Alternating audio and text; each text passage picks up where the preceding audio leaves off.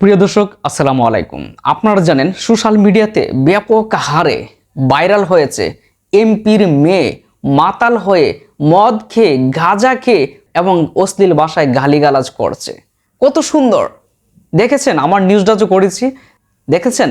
এইভাবে যদি আমি বক্তব্য দিতে না পারি, এইভাবে যদি আমি কথা বলতে না পারি, তাহলে কি আমার বক্তব্যটা ভাইরাল হবে?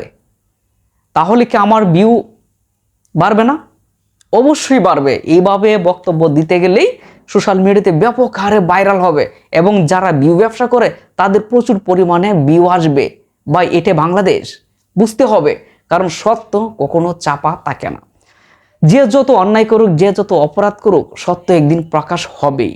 কিন্তু সত্য প্রকাশটা হওয়ার আগে এটাকে যেভাবে হাইলাইট করা যায়, যেভাবে সোশ্যাল মিডিয়াতে ভাইরাল হওয়া যায়, যত ধরনের ইঞ্জিনিয়ারিং আছে সব কিছুই প্রয়োগ করতে হয়।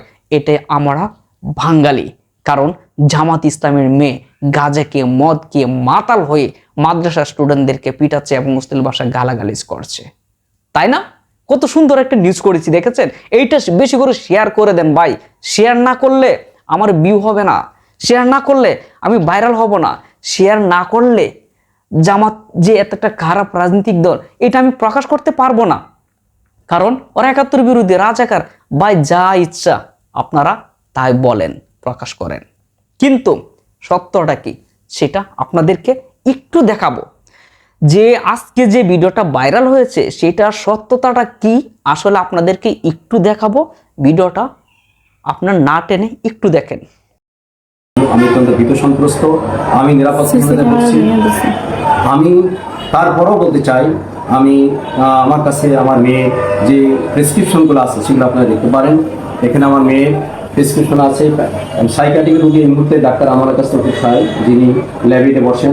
এরপরে আমি ঢাকাতে ৫-৭ জন ডাক্তার, এরপরে ইন্ডিয়ান ডাক্তারের ওষুধ খাওয়াইছি, অনেক ডাক্তারের কাছে আমি নিয়েছি। এরপরে এখানে তার যে আমরা ব্যাঙ্গালোরে নিয়েছিলাম, বর্তমানে যে অ্যাকিউট অ্যাটাক হয়েছে তার হাতে ক্যানোলা করা আছে। সে হাসপাতালে সিট পায়নি, ভর্তি হতে সাহস পাচ্ছে না। ক্যানোলা করে তার আজ 2 দিন ধরে বাসায় বসে সে অ্যান্টিবায়োটিক ইনজেকশন সে নিচ্ছে। এত অসুস্থ, সে চলতে পারছে না, কোনো কিছু খাওয়া দাওয়া করতে পারে না। আমি রিপোর্ট প্যানক্রিয়াস ড্যামেজের রিপোর্ট ইন্ডিয়ান হাসপাতালে সে এটা করে। ইন্ডিয়ান হাসপাতালে যে ওটা ওয়েবসাইটে আমাদের কোথায় নিয়ে ওই যে ওখানে রাখেন। ইন্ডিয়ান হাসপাতালের প্রেসক্রিপশন আমাদের কাছে আছে। ইন্ডিয়ান হায়দ্রাবাদের এআইজি হাসপাতালে তাকে দেখানো হয়েছিল, সে প্রেসক্রিপশন আছে। সেখানে সাইকিয়াট্রিক রোগী ডাক্তারও দেখছিল, প্যানক্রিয়াস ডাক্তারও দেখছিল। মেয়েটি আপনার জামাত এমপির একমাত্র মেয়ে। সেই মেয়েটি মানসিক প্রতিবন্ধী। এখন একজন মানুষ যদি মানসিক প্রতিবন্ধী হিসেবে যদি আল্লাহ দুনিয়াতে দেয়, আপনার আমার কি কোনো হাত আছে?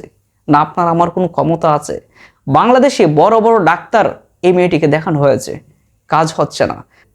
কলকাতা বড় বড় ডাক্তারদেরকে দেখানো হয়েছে, যত প্রেসক্রিপশন সব কিছু সাংবাদিকের সামনে উপস্থাপন করা হয়েছে যে আমার মেয়েটা মানসিক প্রতিবন্ধী, তার কোনো স্বাভাবিক চলন তার মাঝে নেই।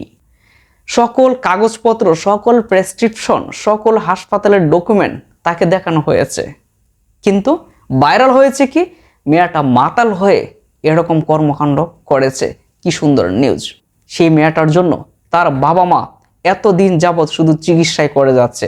বাংলাদেশে বিভিন্ন হাসপাতালে বড় বড় ডাক্তারকে দেখিয়েছেন, অবশেষে কলকাতা বেশ কয়েকবার চিকিৎসা করিয়েছেন বড় বড় হাসপাতাল এবং বড় বড় ডাক্তারের কাছে, কিন্তু তাতেও কোনো কাজ হচ্ছে না। আজকে সেই মেয়েটি আজকে বাসা থেকে বের হয়েছিল।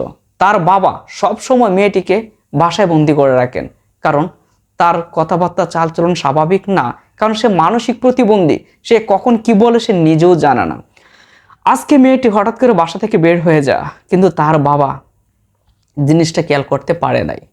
আজকে বের হওয়া মাত্রই মেয়েটি যে বললাম স্বাভাবিক না, তখন এলাকার কিছু ফুলাফান মেয়েটিকে ব্যাপক হারে মারধর করে।